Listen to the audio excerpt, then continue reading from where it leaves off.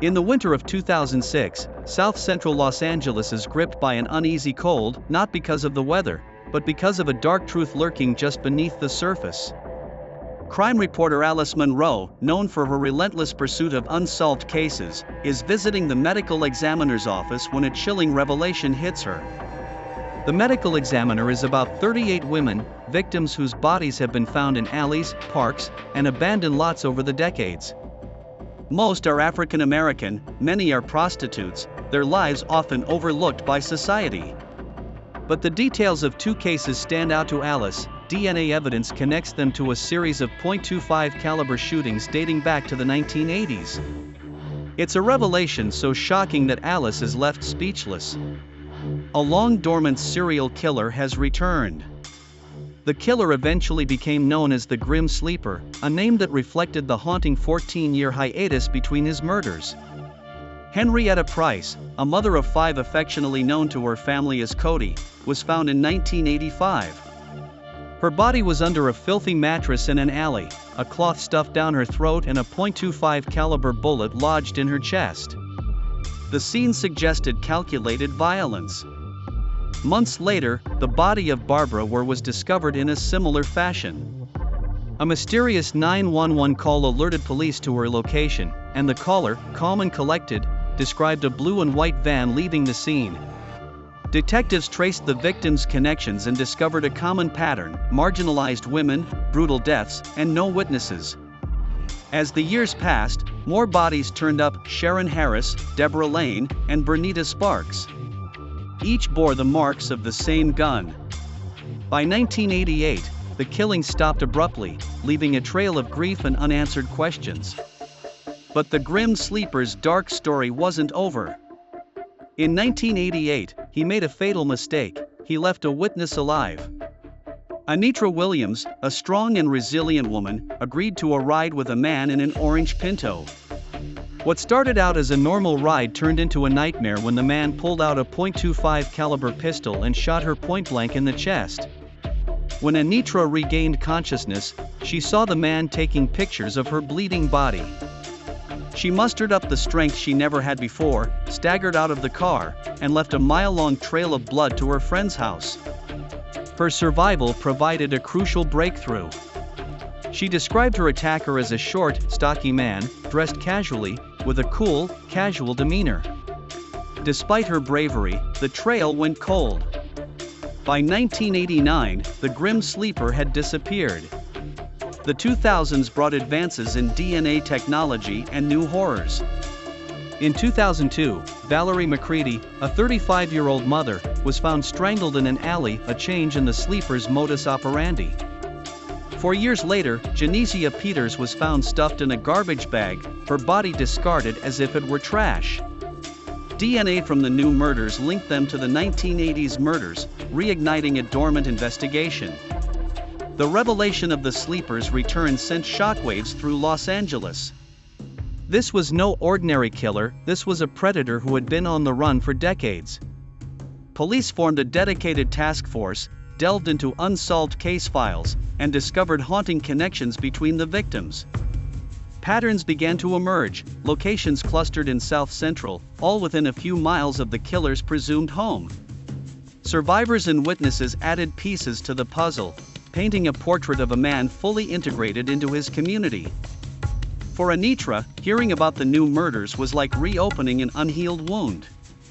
She revisited her testimony, hoping this time it would be the key to catching the monster who had terrorized her and so many others.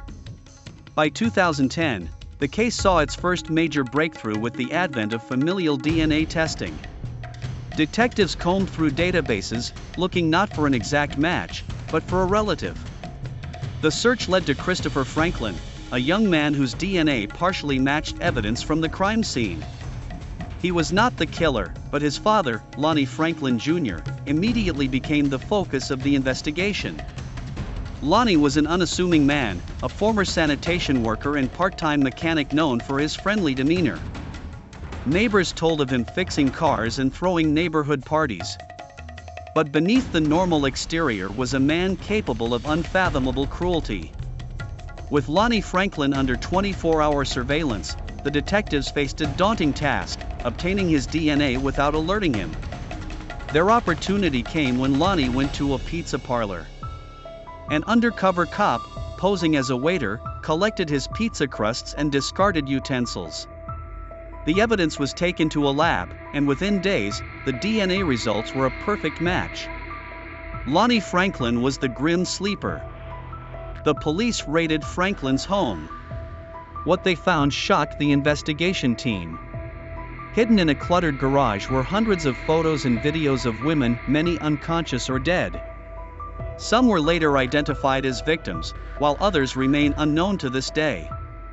The .25 caliber pistol, the killer's original weapon of choice, was also recovered, providing incontrovertible evidence of Franklin's role in the 1980s murders. Neighbors were shocked. Lonnie Franklin had lived among them for decades, a friendly face at community gatherings.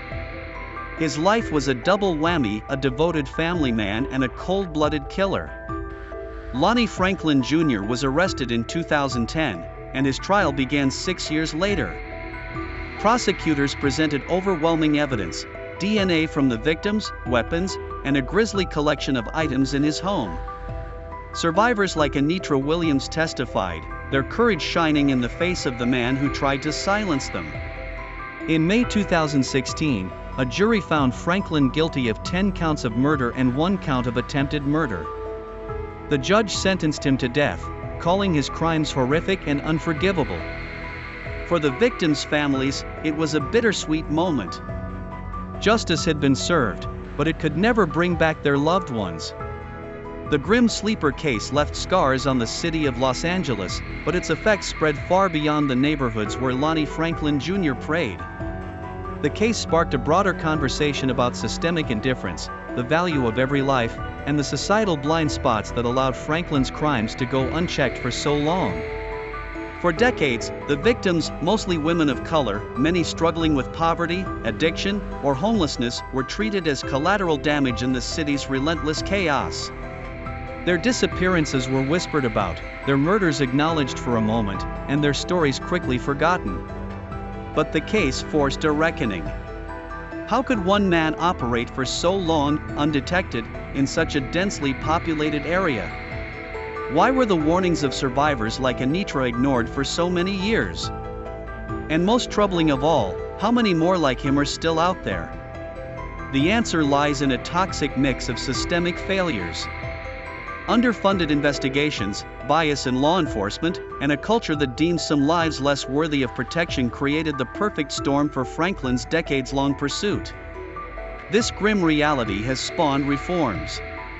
Advocates have pushed for expanded cold case units, better training for officers working in minority communities, and the use of technology like familial DNA testing to catch killers sooner. Families of Franklin's victims have become activists, making sure their loved ones are remembered as more than statistics. Even as Franklin awaits his fate on death row, the haunting images found in his garage continue to torment investigators. Who are the women whose identities remain unknown? Were there more victims whose remains were never found? These lingering questions have turned the case into a victory for justice.